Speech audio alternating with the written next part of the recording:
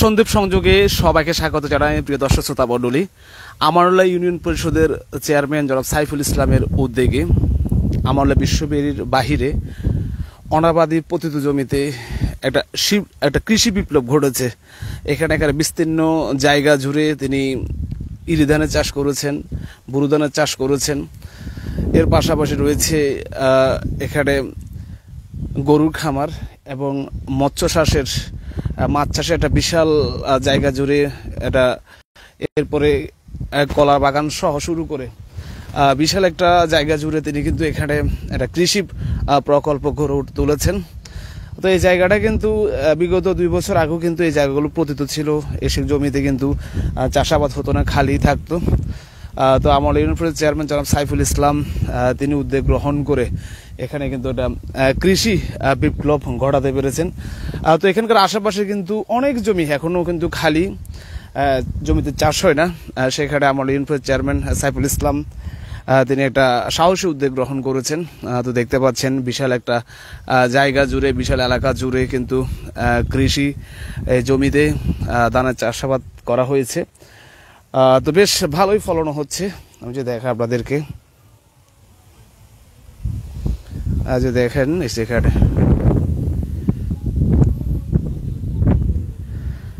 এখানে কলার চাষও করা হয়েছে।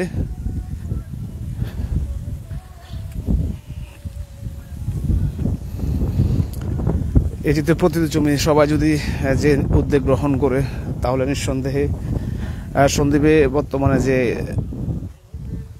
ধানের বা চালের অভাব রয়েছে বা বাহির থেকে আমদানি করতে হয়, সেটা অনেকাংশেই পূরণ হবে। এখানে যতদূর চোখ যায় পুরো এলাকা জুড়ে কিন্তু ধানের চাষ করেছেন। নিঃসন্দেহে তিনি সাধুবাদ পাবেন। পাশে কিন্তু তার গরু খামার রয়েছে, অনেকগুলো গরু আছে। এরপরে মৎস্য প্রকল্প, মাছের প্রজেক্ট, কলার চাষ, সবকিছু মিলে দারুণ একটা উদ্যোগ গ্রহণ করেছেন। আমরা এই চমৎকার উদ্যোগের জন্য চেয়ারম্যানকে ধন্যবাদ জানাই। তো এর বাইরে কিন্তু অনেকগুলো জমি পতিত আছে, নতুন জমিও উঠেছে। তো সেখানে যদি সবাই যা যা জমিতে উদ্যোগ গ্রহণ করে চাষাবাদ শুরু করে, তাহলে নিঃসন্দেহে আমাদের যে খাদ্যের অভাব বা খাদ্যের স্বয়ংসম্পূর্ণ হবে, এটা আমরা বিশ্বাস করি। তবে এটুকু সম্ভব হয়েছে বিদ্যুৎ আশায়, যে সেচের ব্যবস্থা সেটি চেয়ারম্যান সাহেব করতে পারেন। সম্ভবত ফার্ম অয়েল আছে, ফার্ম আছে এখানে, তিনি সেখানে ফার্ম ব্যবহার করে যে ইরি ধানে, বুরু ধানে যে পানির প্রয়োজন এই মৌসুমে, এই সময়ে তিনি সেটা ব্যবস্থা করতে পেরেছেন। তো আসলে এখানে যাচ্ছিলাম, দেখছিলাম যে চেয়ারম্যানের এটা দারুণ উদ্যোগ, এটি আমরা সন্দীপবাসীকে জানাই।